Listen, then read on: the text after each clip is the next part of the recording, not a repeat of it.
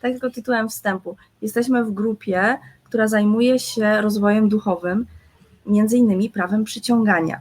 Zajmujemy się tutaj 3 uniwersalnymi prawami wszechświata. Jednym z nich jest właśnie prawo przyciągania, które mówi podobne przyciąga podobne i wszystko, co się zdarza w naszym życiu, wszystkie osoby, które przychodzą do naszego życia, sytuacje, okoliczności są tylko i wyłącznie projekcją tego, co my mamy w sobie, no? Czyli takim naszym przedłużeniem i od tego zawsze wychodzimy. I wszelkie inne teorie, które nie są związane z uniwersalnymi prawami, tak?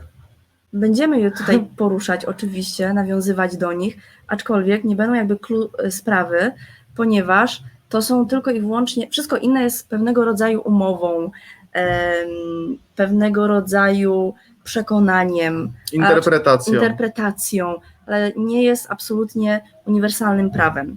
I będziemy tutaj też starali się unikać pewnych słów, na przykład, czy coś jest prawdziwe, czy jest nieprawdziwe, bo oczywiście prawda jest, jak to kiedyś ktoś tam napisał, jak pupa, każdy ma swoją i siedzi na swojej. I tak jest. Jeżeli nasze podświadome przekonanie w coś wierzy, znaczy nasz podświadomy umysł w coś wierzy, to jest dla niego prawdą.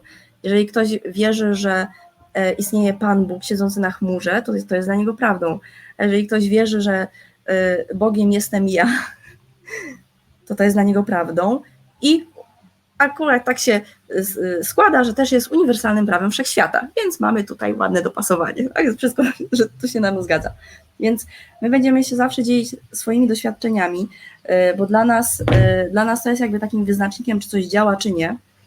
Dokładnie. I to, co właśnie dla nas jest najważniejsze, żeby zawsze mówić tylko przez pryzmat swoich doświadczeń i my już przestaliśmy, ani też nie słuchamy osób, które tylko teoretyzują, bo takich osób jest wiele i są przeróżne koncepcje, są przeróżne jakby odłamy duchowości, można powiedzieć, każdy broni swojej, każdy za swoją prawdę dałby się pokroić, no i właśnie tu jest tak naprawdę pies pogrzebany, bo jeżeli my uważamy, że już wszystko wiemy, i że ta moja prawda jest najmojsza i już nie ma nic ponad tym, no to wtedy ta szklanka, ona jest pełna, tak? I nic do niej już nie dolejemy. Więc musimy tą szklankę opróżnić, że... Ja trochę upiję. Dokładnie, pokaż jak to się robi. Tak się właśnie opróżnia szklankę i robi się miejsce na nową wiedzę. Już troszeczkę bo więcej. Dopóki tu jesteśmy jeszcze, to znaczy, że parę rzeczy mamy do przerobienia i parę doświadczeń do doświadczenia. Dokładnie. I w momencie, kiedy ta nasza szklanka jest pełna, no to zamykamy się na tą możliwość doświadczenia różnych rzeczy i tylko tak naprawdę opóźniamy wszystko, co mogłoby do nas przyjść z lekkością i z łatwością. Tak. I właśnie to, co też zawsze powtarzamy, właściwie przypominamy. Przychodzimy do tego ciała, na ten świat, po to, żeby doświadczać, żeby się mierzyć z różnymi przeszkodami tak zwanymi, czy problemami tak zwanymi i znajdować na nie rozwiązania. I słuchajcie, tak, przychodzimy na ten świat właśnie po to, żeby doświadczać, żeby mierzyć się z tym wszystkim. Jeżeli graliście kiedyś w grę komputerową, na przykład ja kiedyś w Tomb Raidera grałam namiętnie, to bardzo się cieszyłam, że ta Lara musiała gdzieś wejść do jakiejś jaskini albo walczyć z piraniami, albo jeszcze coś innego. I tak samo o to chodzi w tym życiu, że możemy przechodzić te wszystkie różne rzeczy ekscytująco, bawiąc się. I z tego miejsca chciałam nawiązać do kilku rzeczy, które gdzieś tam ostatnio się pojawiły w grupie, a mianowicie do rytuałów i do czarów. Zaczynamy dzisiaj z grubej rury, czyli od rytuałów i od czarów. Tak, i oczywiście słuchajcie, rytuałem i czarem może być wszystko i ja sama z nich korzystam bardzo często. Generalnie zawodowo zajmuję się zmianą podświadomości, zmianą podświadomych przekonań i prawo przyciągania tutaj pięknie jest odzwierciedlone, no bo zmieniając swoje podświadome przekonanie, automatycznie zaczynamy, że tak powiem, przyciągać do naszego życia to, co świadomie chcemy, to, co świadomie pragniemy, więc poprzez zmianę tej podświadomości sprawiamy, że prawo przyciągania wreszcie działa wreszcie tak, jak my byśmy chcieli, żeby działało, chociaż ono zawsze działa tak samo, nie? Ale gdzieś tam świadomie mówimy, albo mi pomaga, albo mi przeszkadza. więc ono nigdy nie przeszkadza, bo zawsze robi swoje, dosłownie, bez względu na to, czy my chcemy, czy nie chcemy, ono zawsze robi tak samo, czyli łączy podobne ze sobą rzeczy, tak? Te, które pasują do siebie i muszą być ze sobą, bo sobie nawzajem pomogą. No, ale co to są te podobne rzeczy? No, przede wszystkim to nasze podświadome przekonania, nie? Które nam pozwalają coś robić albo nie pozwalają coś robić, albo mówią, że coś jest prawdziwe albo nieprawdziwe.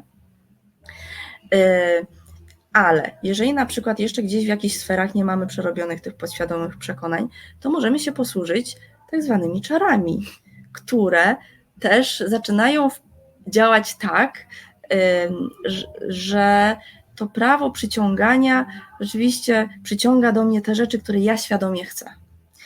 I teraz tak, czary, no to brzmi dumnie, bo my sobie często wyobrażamy różdżki, tak?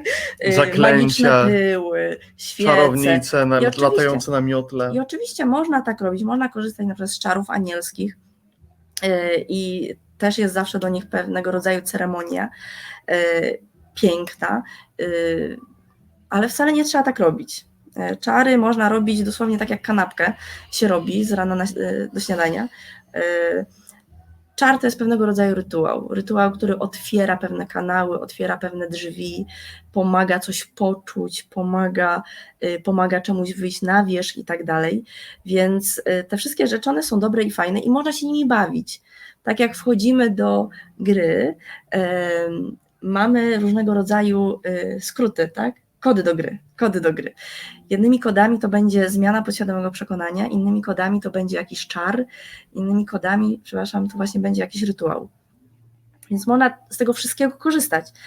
Innym kodem do gry będzie na przykład Feng Shui, o którym przed chwilą mówiliśmy na poprzednim spotkaniu, nie? Czyli aranżacja przestrzeni, w której mieszkamy czy pracujemy tak, żeby energie tam płynące były wspierające, a nie blokujące.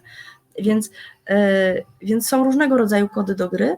Dlaczego z nich nie skorzystać? Więc tak, jeżeli kochani, idziecie do wróżki, znaczy generalnie nie polecam wróżek żadnych, bo każdy z nas jest czarodziejem wystarczającym, żeby to sobie zrobić, a jak idziemy do wróżki, to oddajemy komuś swoją własną moc. Jakby od razu sobie podcinamy skrzydła, więc z tych czarów najprawdopodobniej nic nie wyjdzie. Może coś wyjść, ale na krótko. Ale jeżeli na przykład idziecie do wróżki albo na tarota, i teraz tak, to są fajne rzeczy, naprawdę. I ja też sobie korzystałam z tego wszystkiego, gdzieś tam bawiłam się tymi różnymi rzeczami, ale jeżeli idziecie właśnie z taką intencją, że ktoś wam przepowie waszą przyszłość, albo ktoś sprawi, że mężczyzna albo kobieta wróci do waszego życia, albo ktoś sprawi, że przyjdą do was pieniądze, to w ogóle szkoda pieniędzy i waszego czasu, żeby tam iść. Bo po pierwsze podcinacie sobie skrzydła, czyli przestajecie wierzyć we własną moc, która jest kluczowa do tego, żeby manifestować coś na zewnątrz. Po drugie, pogłębiacie swoje podświadome przekonania, które są blokujące. A po trzecie, zaczynacie wierzyć, że te rzeczy, które się mówi o czarach i o rytuałach, w sensie takim złym, że one są prawdziwe. I to jest takie kombo, które po prostu dowala jak taki pięściarz. Wyobraźcie sobie, że stoicie teraz na ringu z Tysonem albo z McGregorem, a wy nie jesteście bokserem. Nie jesteście bokserami, nie? Wyobraźcie sobie, co się dzieje. Mniej więcej tak to działa. Więc absolutnie nie polecam. Ale polecam co innego. Możecie sami wchodzić w pewnego rodzaju pracę, eksperymenty, doświadczenia i magię. Magia oczywiście, ja w ten worek wrzuciłam wszystko teraz, tak, i podświadomość, i rozwój duchowy, i medytację, i wizualizację, ale też czary i rytuały. Więc sami się tego uczcie, bo jak wy będziecie na kimś innym polegać, no to tutaj przede wszystkim oddajecie tę moc. Oczywiście ja nie mówię o terapeutach, nie? No bo wiadomo, że praca z terapeutą jest po to, żeby ten terapeuta was pokierował, bo więcej zauważy niż wy sami zauważycie. Ale chodzi mi o takie oddawanie mocy właśnie tym wszystkim kartom tarota, czy tym takim czarom na przyciągnięcie czegoś, albo czarom na zmienienie przeszłości, nie? No to tutaj mocno ogranicza. Dokładnie tak. I co tutaj jest też kluczowe, bo na przykład przez wszystkie media, czy wróżki inne, to one tak naprawdę nie widzą nigdy całości, bo nie mogą widzieć, bo ta całość jest dla nich tak rozmyta i tak to się wszystko zmienia, że one mogą widzieć tylko fragmenty gdzieś tej rzeczywistości, więc mogą też was nakierowywać na pewne rzeczy i ogólnie można sobie iść, posłuchać, ale jak się będziemy też tym sugerowali, to jest trochę też na zasadzie samospełniającej się przepowiedni, bo my mamy moc, jedyni mamy moc tworzenia i kreowania wszystkiego, co się dzieje wokół nas, więc jak my uwierzymy takiej wróżce, że stanie się to i to jest prawdopodobieństwo, że tak się wydarzy, no chyba, że nasze podświadome przekonania będą jednak mocniejsze i nie pozwolą, żeby na przykład coś dobrego nam się stało. Mamy podświadome przekonania, że tak, jednak dobre rzeczy nas nie spotykają, ale chyba, że powie coś złego, no to wtedy już prędzej, bo my wszystko co złe, to jesteśmy sobie w stanie szybciej wykreować, bo nam jest łatwiej w to uwierzyć. Ale do czego tu jeszcze chcę nawiązać? Jak już wybieracie jakichś terapeutów lub innych, co to jak Magda powiedziała, raczej nie warto robić, bo to jest po prostu oddawanie... Terapeuty nie warto robić? Tak, o to chodziło? Nie, chodziło o to, że nie warto chodzić do terapeutów, bo to jest oddawanie im swojej własnej mocy, czyli stawiamy kogoś ponad siebie, że on potrafi, a ja nie potrafię.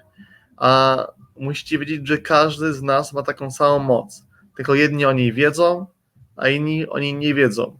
I to, co nas różni od takich prawdziwych, urzeczywistnionych mistrzów, jak na przykład Buddha, czy tego typu już istoty najwyższego kalibru, to jest to, że jedyną różnicą jest to, że oni wiedzieli, kim są, a my nie wiemy tego. My żyjemy dalej za tą zasłoną zapomnienia i zasłoną poznania, gdzie tak naprawdę udajemy sami przed sobą, że tej mocy nie mamy i lubimy się właśnie szukać tych autorytetów na zewnątrz, wspierać się innymi osobami, zamiast skupić się na sobie, skupić się na tym, co nam intuicja mówi, co nam mówi serce i przede wszystkim skupić się na sobie, bo wszędzie, gdzie my dajemy energię na zewnątrz, to ją oddajemy, zamiast ją inwestować tak naprawdę w siebie, bo to jest jedyne źródło waszej prawdy, to jesteście wy sami, bo każdy widzi rzeczywistość przez swoje filtry i przez swoje punkty widzenia i jedna osoba wam powie, że jest tak, druga wam powie, że jest tak i obie będą miały rację i wy w tym wszystkim jesteście i wy zamiast swoją ścieżkę wytyczyć, to z reguły podążamy albo za tą i tak idziemy całe życie i dopiero czasami się zreflektujemy w połowie drogi, czasami się zreflektujemy na końcu drogi, czasami się nigdy nie zreflektujemy, że warto też zacząć żyć dla siebie, a nie koniecznie żyć życiem innych ludzi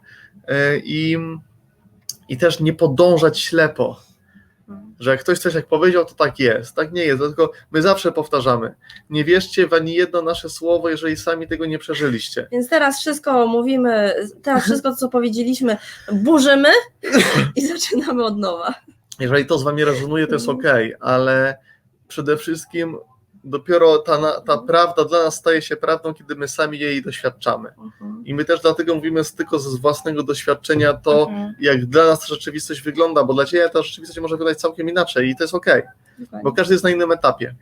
I każdy jest na takim etapie, na jakim powinien być. To też często powtarzamy. Zawsze jesteśmy we właściwym miejscu i we właściwym czasie. To jeszcze dodam tutaj tylko kilka słów, żeby ktoś jakby nie wyciągnął może czegoś z kontekstu, albo jeżeli coś mogło być inaczej zrozumiane niż chcieliśmy wam przekazać słowami, to jeżeli chodzi o pracę z jakimiś osobami takimi zewnętrznymi, nie? Też zależy, z jaką intencją w ogóle idziecie do tego miejsca i do tej osoby. Bo tak jak wspomniałam na samym początku, jeżeli idziecie do wróżki i tak mówię, nie ma w tym absolutnie nic złego, jeżeli ktoś chce mieć takie doświadczenie, to czemu nie, tak? Tak jak wspomniałam, ja też korzystam z wielu różnych rzeczy, żeby się zabawić, dowiedzieć, zobaczyć. Jeżeli idziecie do wróżki z taką nadzieją, że ktoś wam zaczaruje waszego ex, waszą ex i przyciągnie i przywróci wam go do życia, to się nie zdarzy. Jeżeli idziecie z jakąś intencją, że ktoś za was przyciągnie wam pieniądze, to się nie zdarzy.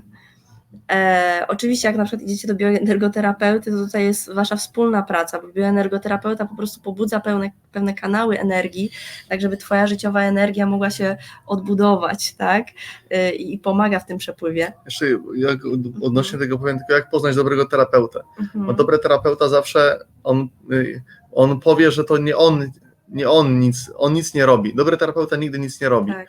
To ty sam sobie zawsze robisz. I to dobry terapeuta ci to powie, że on jedynie cię pokieruje, on pewne rzeczy powiedzmy ci może pootwierać, ale to sam ty swoim przyzwoleniem i swoją tak naprawdę pracą ty sam siebie uzdrawiasz.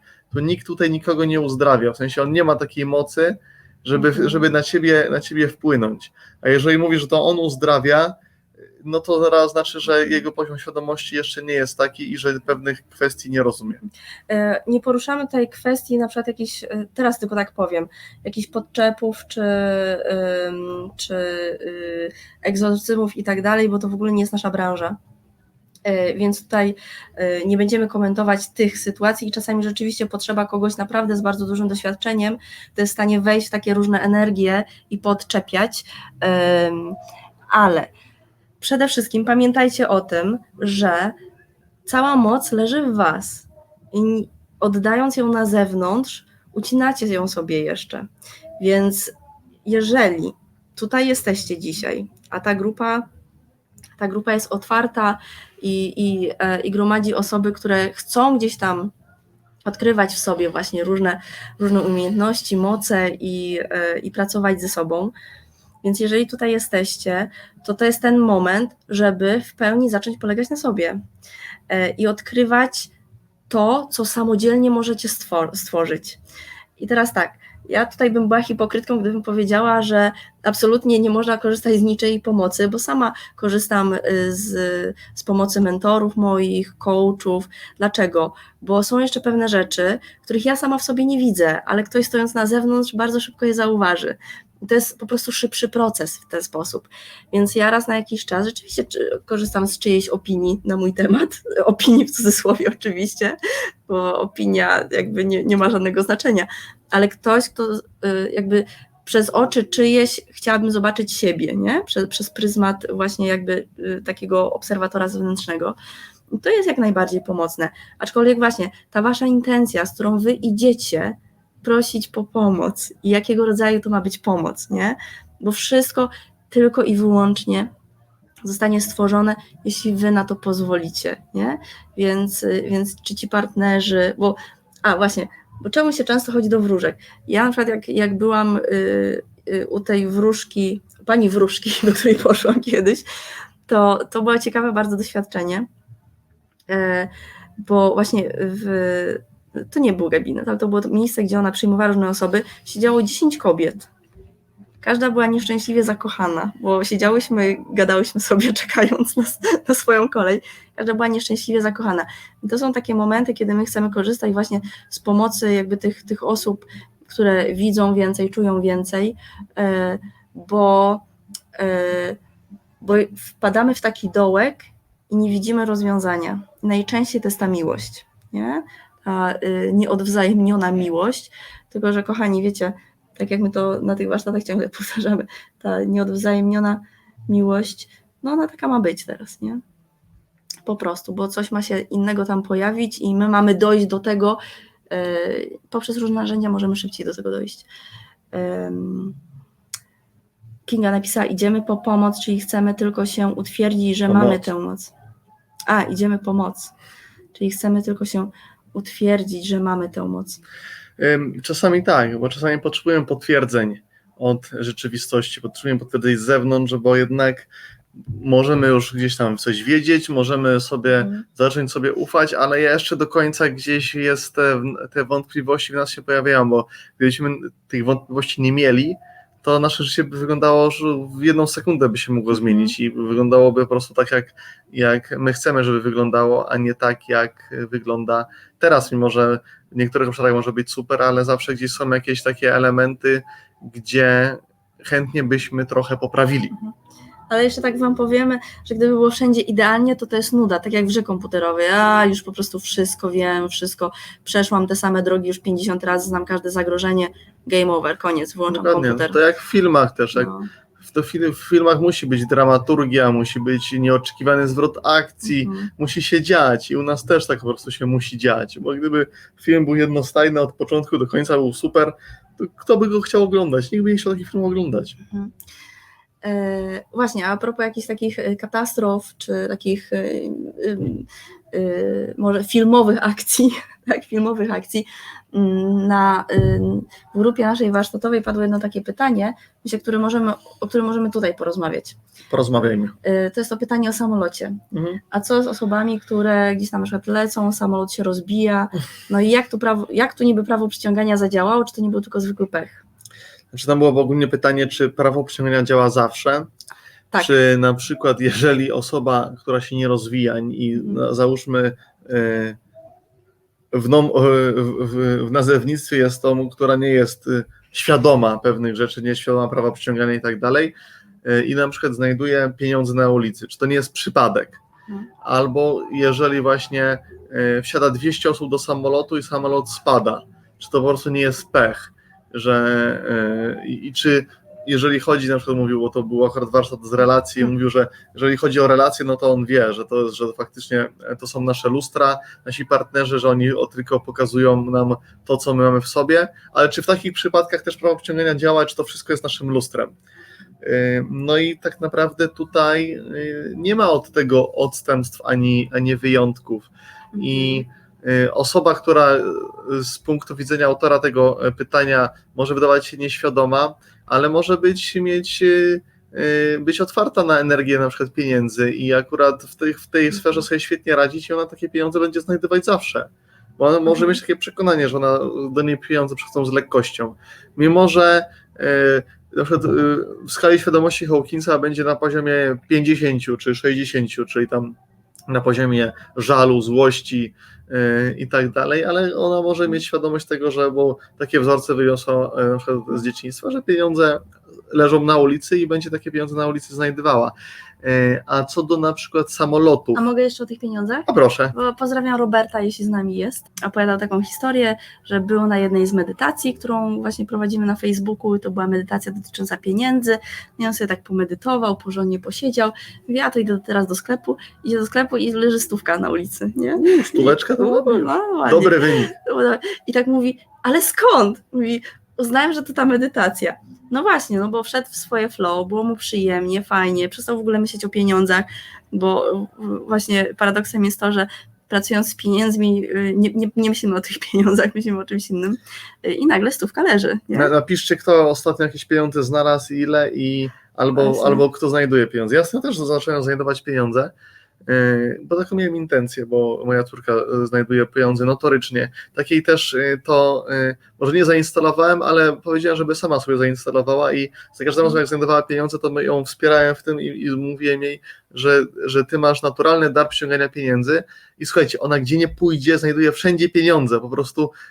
No, ja sam jestem zaskoczony, ale zacząłem z nią rywalizować troszkę i znalazłem 20 zł, znalazłem, czy 10 zł znalazłem i mówię, i od razu lecę do niej, mówię, pochwalić, że zobacz, ja też znajduję pieniążki i nie odeszliśmy 10 metrów, a ona się schyla i znajduje piątkę. Mówię, o ładnie, mówię, ale to dalej jeszcze nie jest ten. Ale za parę dni znalazła 20 zł, to jest, ona ma 7 lat, więc jest dosyć młoda, ale już ma to przekonanie wyrobione, że po prostu przyciąga do siebie pieniądze i znajduje te pieniądze, więc ona sobie te pieniążki zbiera, potem wydatkujemy je na różne rzeczy, które sobie chcemy. Ja wczoraj znalazłam 10 zł, a pytanie, partnerzy jako lustra, to znaczy, że mój partner jest taki, jak ja jestem? Tak.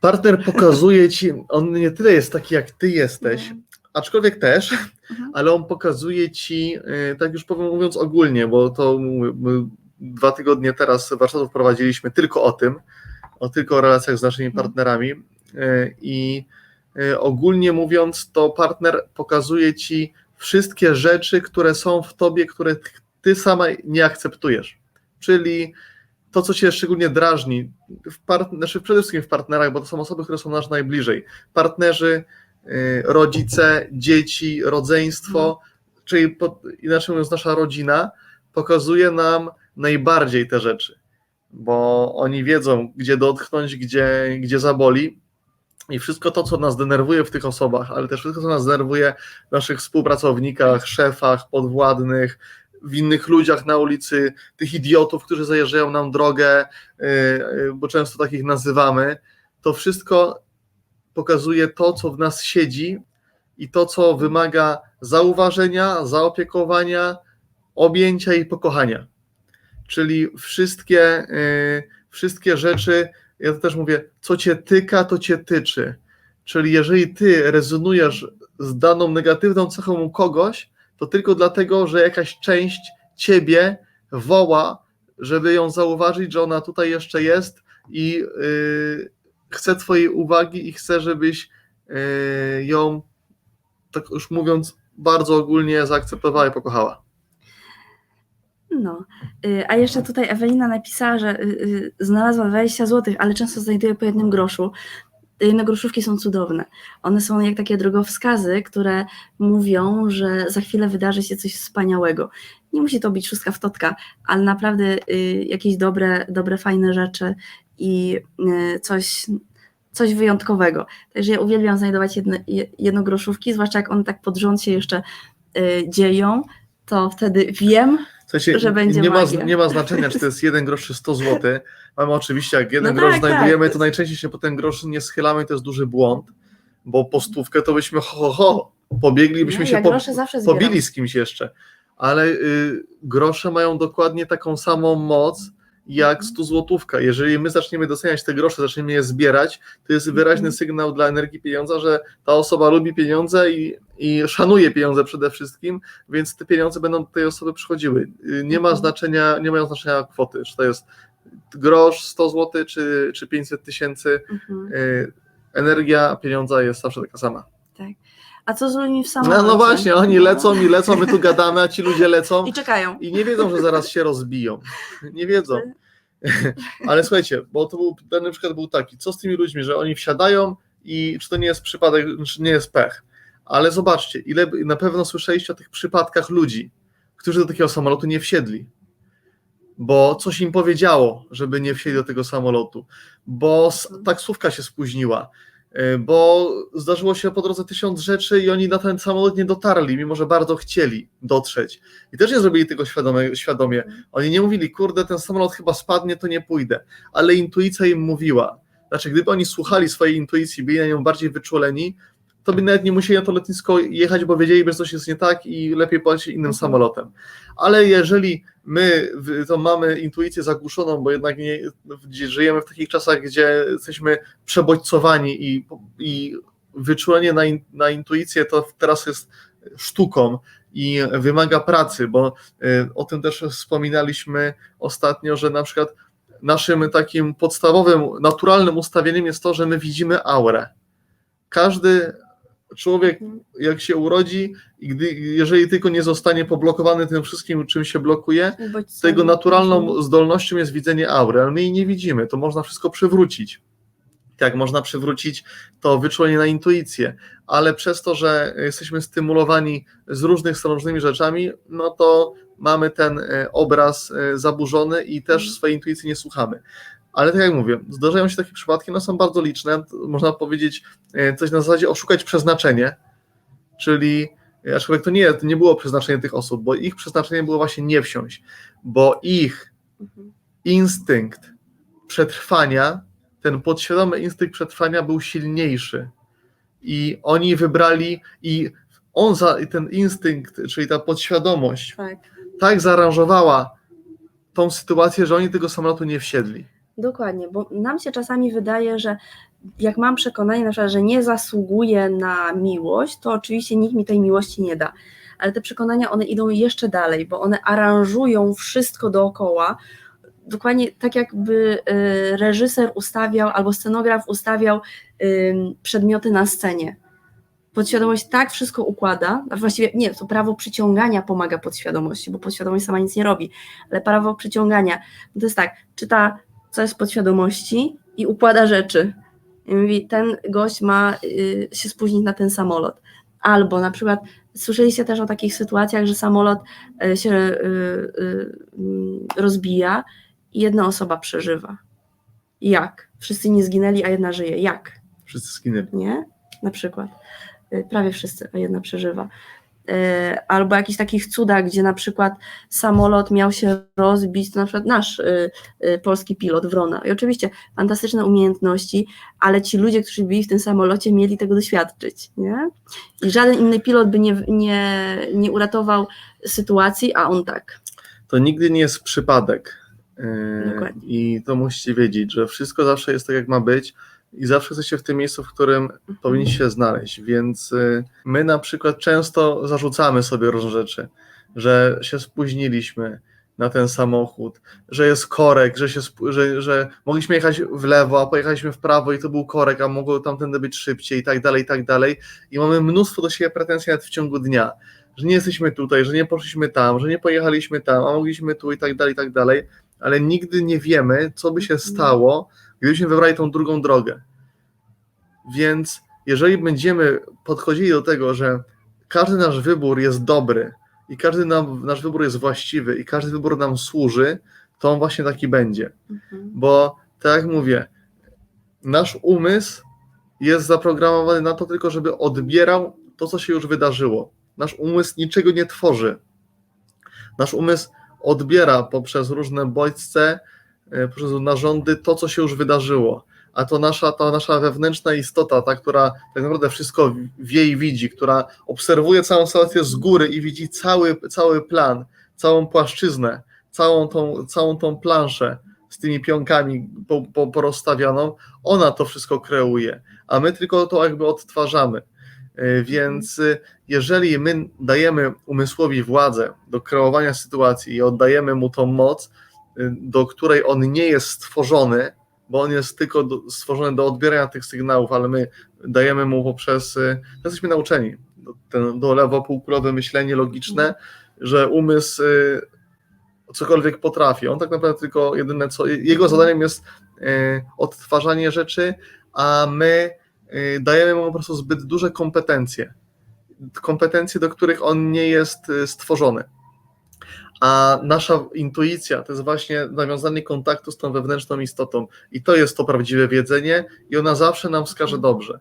Ale nawet jeżeli tego na tym etapie nie czujemy, to wystarczy zaufać swoim wyborom i wiedzieć, że każdy wybór, każda droga, którą wybraliśmy, każdy wybór, który zrobiliśmy, jest dla nas dobry, bo jeżeli z tego przekonania wyjdziemy, to też efekt każdej takiej sytuacji może być dla nas tylko dobry, bo tak właśnie działa też to prawo przyciągania, czyli to, co my wysyłamy, to do nas wraca. Jak uważamy, że dana sytuacja jest dla nas dobra, to możemy tylko pozytywny i dobry efekt z niej otrzymać. No właśnie, a co z tymi ludźmi, którzy jednak którzy się nie spóźnili na samolot, byli na czas, polecieli i była katastrofa. I teraz tak, no i jak to, nie? No przecież zginęło na przykład 100 osób albo kilkaset, no to wygląda trochę jak pech. Ale tylko wygląda. Co to może być w takim razie? Znaczy to jest tak ich, no nie tyle podświadomość, ale tak wybrała ich, można powiedzieć, dusza, takich był plan. To, co mieli doświadczyć, to doświadczyli. Poza tym musicie wiedzieć, że śmierci jako takiej nie ma, że my tylko tak naprawdę zmieniamy swoje ciała, tak jak się zmienia ubrania i tak naprawdę idziemy gdzie indziej doświadczać innych rzeczy, więc wszystkie osoby, które wybierają z różnych powodów przestać doświadczać już w tym ciele, to też jest poniekąd świadomy wybór, on się odbywa poza naszym umysłem i poza naszym zrozumieniem, ale też trzeba mieć tą świadomość dla wszystkich osób, które gdzieś straciły też swoich bliskich. To jest temat trudny i my to sobie możemy mówić teraz różne rzeczy, ale jeżeli wy wiecie, że po prostu ta istota tak wybrała, że to był jej wybór, że to było kolejne jej doświadczenie, które chciała po prostu tutaj jakby doświadczyć po prostu, doświadczyć masło maślane, ale nie możemy też ingerować, w sensie nie możemy kogoś na siłę trzymać albo starać się go przywrócić, bo to jest jego wolna wola, że on tak wybrał, to trzeba być w tym zgodzie, że każdy ma tą w pewnym obszarze wolną wolę i jeżeli ta osoba wybiera odejść, to po prostu pozwolić jej odejść, bo mają też świadomość, że energia nigdy nie umiera. A my jesteśmy energią w 100%.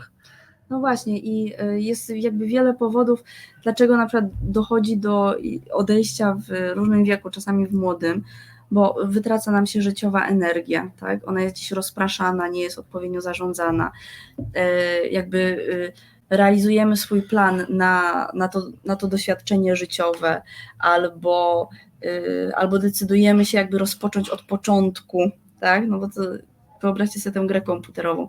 Decydujemy się zacząć od początku coś. Na przykład tutaj już skończyliśmy, już nie ma dalej tej zabawy, nie ma takich wyzwań, więc powodów może być wiele.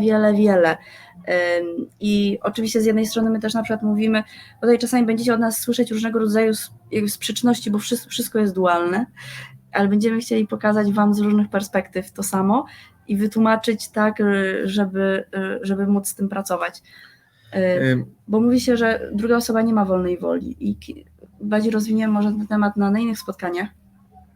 Trochę tak jest, że w moim świecie druga osoba nie ma wolnej woli, ale w swoim świecie ona ma.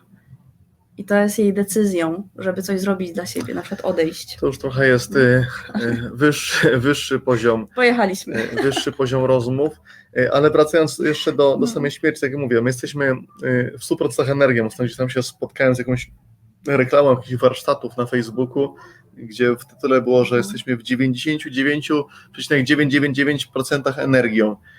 I tak mówię, kurczę, dziewczyny tam mówią o fizyce kwantowej, ale trochę chyba nie za bardzo tak naprawdę wiedzą, o czym mówią, bo my energią jesteśmy w 100%, nie możemy być w 99% energią, bo co jest, czym jest ten 1%? To one trochę pomyliły fakty, ponieważ chodziło im zapewne o to, że atom w 99% i tam jest chyba 9 miejsc po przecinku, są same dziewiątki, jest pustką, czyli my tak naprawdę składamy się z pustej przestrzeni, my jako ludzie, bo składamy się z atomów i wszystko składa się z tych atomów, a jednak tą pustką nie jesteśmy, bo jednak czujemy, dotykamy się, wszystko jest jakby nie patrzeć materialne, tak? Więc tu chodzi o tą kwestię właśnie tej pustki, że atom jest pusty, a jednocześnie my jesteśmy pełni. I tu jest trochę ta fizyka kwantowa, czyli ten świat subatomowy różni się od tego świata naszego, aczkolwiek zasady są takie same. I wszystko to, o czym mówi fizyka kwantowa, to tak naprawdę ma odzwierciedlenie tutaj w naszej rzeczywistości. No właśnie. I trochę tutaj poleciliśmy z kilkoma wątkami dzisiaj. I możemy, myślę, je dalej rozwijać na kolejnych spotkaniach, nie? Także słuchajcie, będziemy już powolutku kończyć, żeby też pozwolić Wam zacząć wieczór, ale kilka takich informacji dla Was. Pamiętajcie, cała moc jest w Was.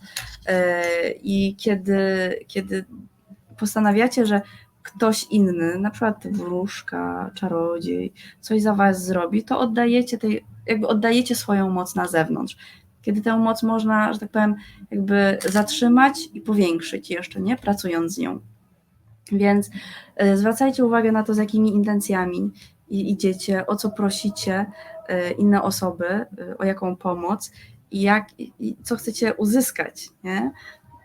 Tylko i wyłącznie praca ze sobą i ze swoją wewnętrzną mocą i ze swoimi przekonaniami będzie sprawiała, że coś się pojawia w Waszym życiu, tak? Czy to pieniądze, czy partnerzy, zdrowie i tak dalej.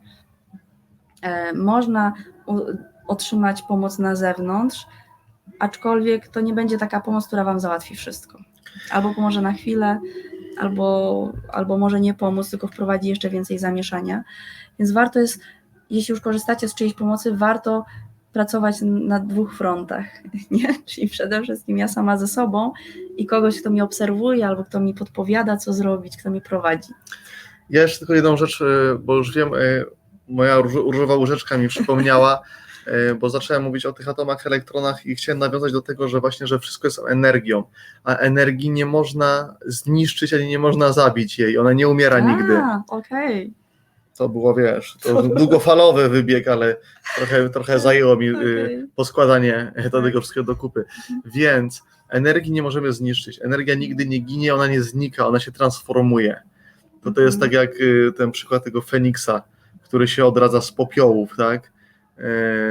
i każdy atom, on może transformować w inny, więc my tak naprawdę nigdy nie umieramy. My jako ta prawdziwa wersja nas, ten prawdziwy my, to kim naprawdę jesteśmy, to nie umiera nigdy. Powiedzmy, nazwijmy to duszą, nazwijmy to energią, jakkolwiek to, co komu pasuje, tak? Nie idziemy też do nieba, nie idziemy do piekła, bo to też to są tylko tak naprawdę stany umysłu, w których można być i nie trzeba nigdzie iść, bo one są na ziemi, tylko jeden żyje w piekle, a drugi obok niego za ścianą żyje w niebie, bo to jest wszystko kwestia naszego podejścia do życia. Ale chcę tylko powiedzieć tutaj, żeby też przez ten pryzmat spojrzeć na tą tak zwaną śmierć, bo my, szczególnie w naszej kulturze, ona jest bardzo taka obciążająca, to jest smutny moment bardzo i tak dalej, ale wystarczy pojechać parę kilometrów dalej, załóżmy do Indii, czy do Tybetu i tam jest podejście do śmierci jest całkiem inne. Ja byłem na paru pogrzebach w Indiach, to tam jest normalna impreza, tam się wszyscy cieszą, bo wiedzą, że to nie jest koniec dla tej osoby, tylko to jest po prostu koniec pewnego etapu, ale ta osoba zaraz gdzieś w innym miejscu, w innym czasie będzie doświadczać innych rzeczy, więc tak traktujmy, tak do tego podchodźmy. Oczywiście w miarę swoich możliwości, bo nie róbmy nic na siłę i tak jak mówię, i jak wspomnieliśmy, nie wierzcie w ani jedno nasze słowo, jeżeli sami tego nie przeżyliście. A jeszcze chciałam taką jedną historię osobistą może opowiedzieć. Jak musisz. Cała wiedza jest w nas i my to wszystko wiemy. Brygida tutaj zadała pytanie odnośnie samobójstw, to my je sobie poruszymy na następnym spotkaniu. Monika jeszcze pisała, że często coś ją powstrzymuje od prowadzenia samochodem, to o tym też powiemy, bo jest to różnica między intuicją a ograniczającym podświadomym przekonaniem, więc do tego też nawiążemy. Tutaj właśnie warto jakby popracować, żeby nauczyć się rozróżniać, co jest czym. Z intuicją a ograniczającym podświadomym przekonaniem, więc do tego też nawiążemy. O, to ja, to byłam ja. Tak. I słuchajcie, cała wiedza jest w nas. I ja często wspominam moją babcię przy takich okazjach, która była taką mądrą, naturalnie samoistnie kobietą, bo nie miała możliwości skończyć szkoły. Zastała ją wojna, straciła mamę, potem miała bardzo, bardzo trudne dzieciństwo, potem bardzo trudny wiek dorosły, sama straciła swoje dziecko i wiele, wiele rzeczy gdzieś tam, miała takie duże kłody pod nogami. I zawsze, jak na przykład ja przychodziłam jako malutka dziewczynka, przychodziłam z lekcji religii i mówiłam, babci tam opowiadali o piekle albo coś tam, ona, dziecko, piekło to tylko ty tutaj sama sobie możesz zrobić. Mówi, nigdzie nie istnieje, tylko ty i tylko tutaj. I to była kobieta, której nikt nigdy niczego nie uczył, ale sama gdzieś tam miała taką swoją wiedzę i też czuła, że musi przez to wszystko przejść. I my to też w sobie mamy, że my tak naprawdę wiemy, że my przez to musimy przejść i że z tym żyć, a mimo to doświadczać, cieszyć się i wykorzystywać każdą chwilę swojego życia. Bo prawdziwa wiedza, kochani, jest w nas i nigdy nie znajdziemy jej na zewnątrz, w żadnych książkach, z żadnych innych form przekazu, tylko tak naprawdę ona jest, od zawsze jest w nas i jedyne co, to my musimy sobie ją przypomnieć, bo wiedza to tak naprawdę jest to, co nie udało nam się jeszcze zapomnieć. A przypominamy sobie na zasadzie inspiracji, na zasadzie łączenia się w grupy, gdzie dzielimy się swoimi doświadczeniami, tak jak tutaj. Słuchajcie, każda wasza historia będzie miała niesamowitą, niesamowity, inspirujący wpływ dla każdej tutaj innej osoby i warto się tym dzielić. Czasami myślimy, że te nasze historie są głupie, albo że wstyd, albo że coś tam. Absolutnie nieprawda, bo powiem wam, że każdy to samo ma. Dzisiaj dostaliśmy jedną taką prywatną wiadomość, gdzie osoba napisała, że wstyd mi zadać to pytanie publicznie. Ja tak czytam, mówię, ja znam tę historię, ja też to miałam w swoim życiu. Każdy to przeżywa, tylko albo dłużej, albo krócej. Każdy ma takie samo doświadczenie i to jest niesamowite. Bo dzięki temu możemy się inspirować nawzajem. Oczywiście nie karmimy się, jakby nie zasilamy tych złych historii na zasadzie o jak źle, o jak strasznie, tylko na zasadzie takiej eksploracji, ekscytacji i obserwacji, nie? Co one przynoszą. Dokładnie. Słuchajcie, napiszcie, kochani, jedną rzecz, którą dzisiaj wzięliście sobie z tego spotkania, bo zawsze zadajemy na koniec takie pytanie. Jedno słowo, które utkwiło Wam w pamięci, jedno słowo, które może Wam coś dało, albo coś zmieniło, albo do czegoś zainspirowało, więc podzielcie się z tym, z innymi, bo to też dla innych duża wartość, bo może ktoś coś sobie spojrzy przez Wasz jeszcze pryzmat tego, co napiszecie i może komuś coś przeklika w głowie, a takich klików to będziecie mieli na pewno dużo.